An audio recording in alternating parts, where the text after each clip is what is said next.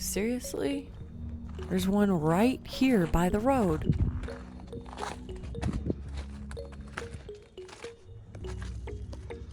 That's crazy.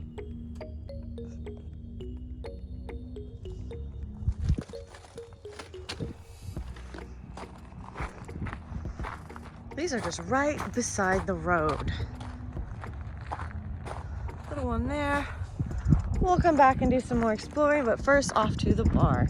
Hey guys, welcome back to Elley Knows Rocks. Today I just decided to go out and explore parts of Arizona. And I'm actually outside of Parker, Arizona, right in front of the famous Desert Bar. Now, this place is open on the weekends and just fall and spring. It's closed during the summertime and during the weekdays, but it's pretty cool. You can go out taking your side-by-side, you can have a drink with your friends, you can listen to music. They have a cute little gift shop too. They have t-shirts, stuff like that.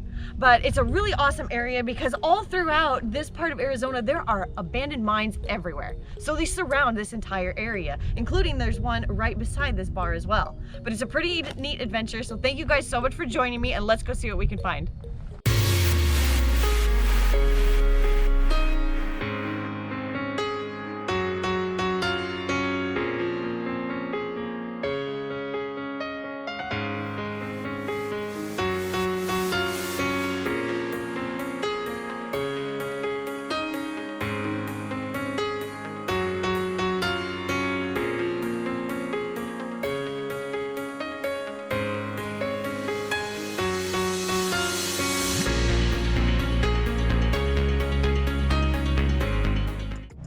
This area is extremely popular during the spring and fall months. There are tons of trails out here for side-by-sides, and people come on the weekends and really take advantage of getting out there, stretching their legs and their engines.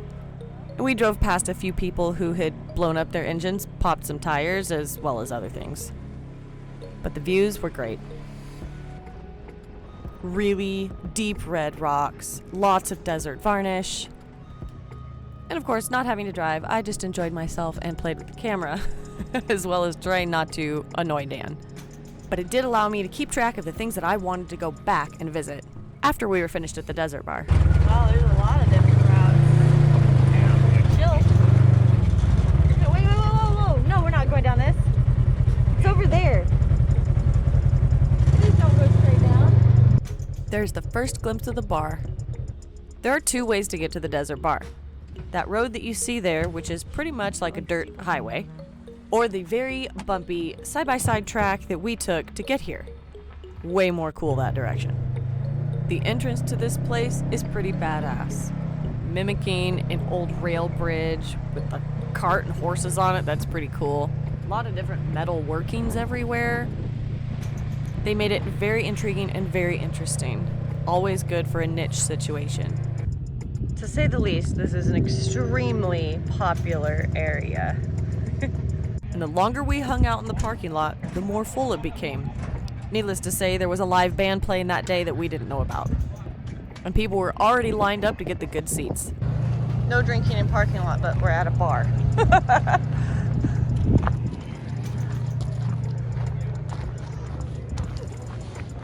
Oh, that one's cute.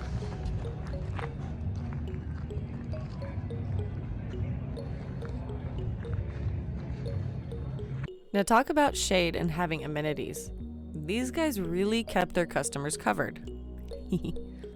And most of the shaded areas are solar panels. They had a full bar, as you can see here, and the band was setting up right beside us. Lovely angle. And food was just on the other side over there. I took the liberty of getting myself a Bloody Mary, while I enjoyed walking around the surroundings. You can really see that stage after stage, the way this place was built up. Created plenty of social gathering areas for everyone. Or simply just walking around in the dirt, enjoying your drink. So far this place is pretty cool. Seems like there's a little bit of everything. They have food, they have drinks, and tons of seating, lots of old mining stuff. It's really neat. That big dark vein that we're looking at right there is actually specular hematite. See, it kind of sparkles. And there are pieces of malachite, chrysocolla, little bits of azurite around this red stained rock with cooperite on it. Lots of copper oxides. And this is the view walking to the restroom. It's pretty spectacular. It's like backdoor parking for the cool people. And okay, not that I film this area too often or if ever, but their bathrooms were pretty sweet. Big iron stalls, big sinks, and again, the view from the bathroom. Tell me, is that not cool? The historical photos of what the place used to be like when there was a bunch of mining around were pretty awesome that they had hanging up in the gift shop. The old newspaper of the Parker Post talking about the gold district. It's pretty awesome. Anyways, we walked around there and decided to head off on the side-by-side to go check out some of the mines that were really close to the bar. We'd passed a couple of them on the way in, so we definitely wanted to backtrack and check them out. And if I didn't say so before, the roads were pretty sketchy, pretty well traveled, but still kind of like needle points. Check out this cage. This is an open mine shaft. Now, either they did this for the purpose of animals and making sure that they would have a good habitat like bats, or they did it because, well, people get stupid and they decide, hey, let's drive over here. And they end up falling inside of these things.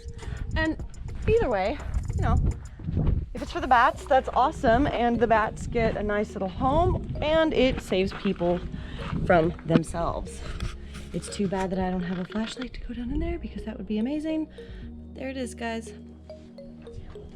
We're gonna pitch a rock in there and see.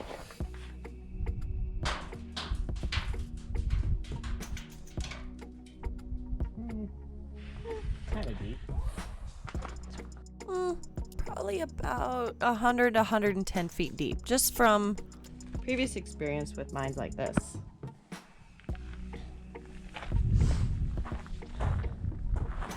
The rock up here is super red. You see that? And that is nothing.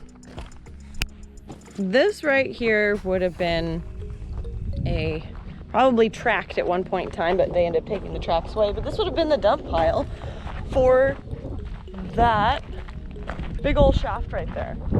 So all the material would have come out here.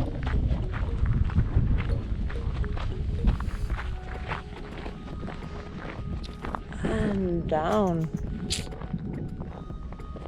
Yeah, this is gold country out here. The deep red in the rocks, lots of iron, lots of hematite.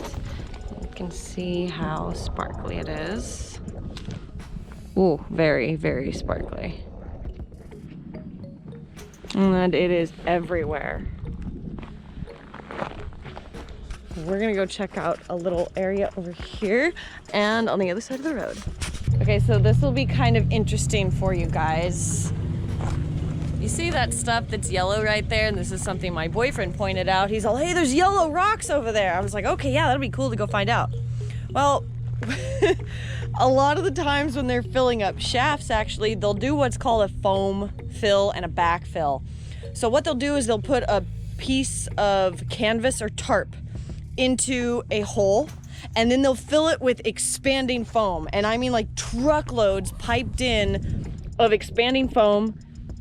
It seals the tarp in or the canvas and whatever they're using, and it's so strong that they can backfill it with dirt and you can actually drive over it. It's not the brightest thing to drive over.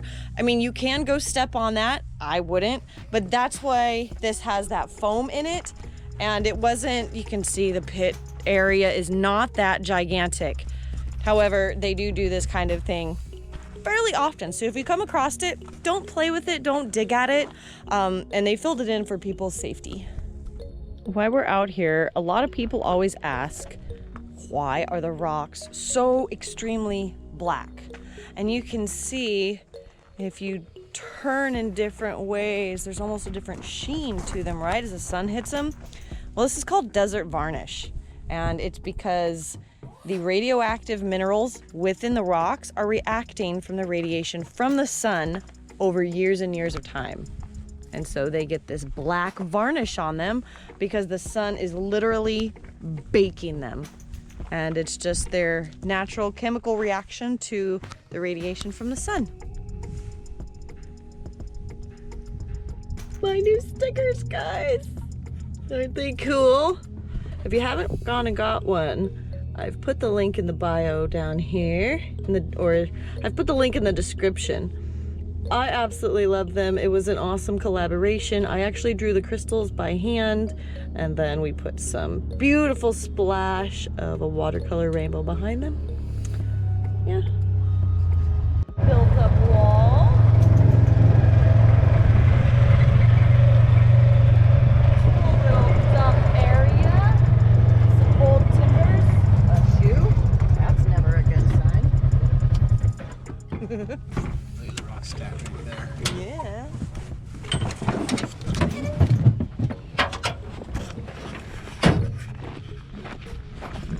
Got some more old timbers right here and this beautiful, beautiful gate. Now, this has got a lot of bats in it, guys. You can see their droppings. It's got some old timbers down in there too. Man, cool. This guy's pretty big. Another little opening up top here, it looks like. Ah, nope. Just kidding. But that's really neat. Oh, looks like there's another something up here. Let's go check this out. Ooh.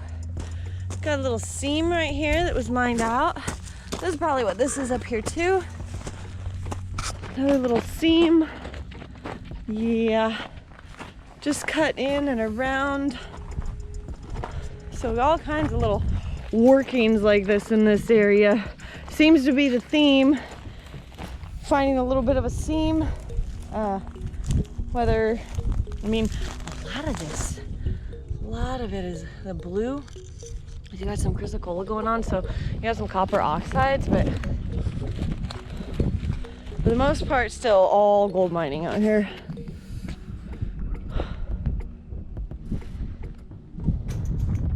There was another place along the road that I saw that I absolutely have to check out.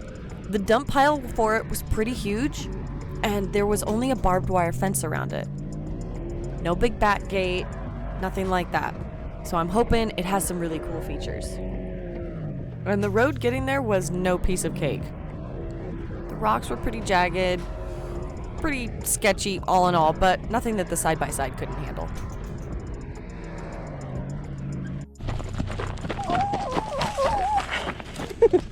Ooh, look at all the green.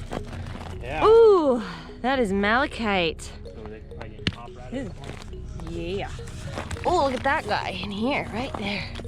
Look at that pretty guy. He's really cool. All right. Let's. Ooh, whoops. Oh, I'm not gonna go that way because I'm gonna end up myself. Good grief. Ooh. See, training Dan. It's really a great thing when you can train somebody, but look how pretty that is. So pretty. Ooh. Ooh. A lot of cooperite, a lot of oxide, some leach cap, which just usually means non-mineralized, where the minerals have been already weathered out. Look. Wow. This is the depth of this one.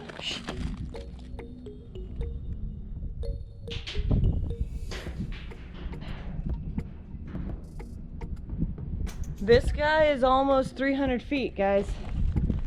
This is a big shaft. And surprisingly, you can see the further we get away from the desert bar, the more the little shafts and stuff are not as well protected, just because I think they assume that people aren't gonna come out here and like mess with them. But this guy's deep and they only have barbed wire around it. Look at some of those minerals. And specular hematite, and this is pretty cool.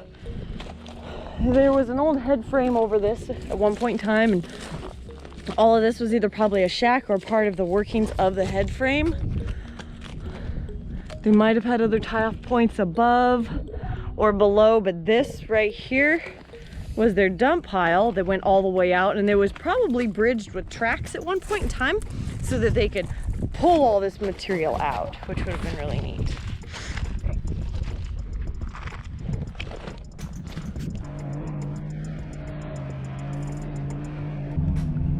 There's a definite footpath all the way over there to something. That was that. And then if we can get up there to those, It's gonna be perfect.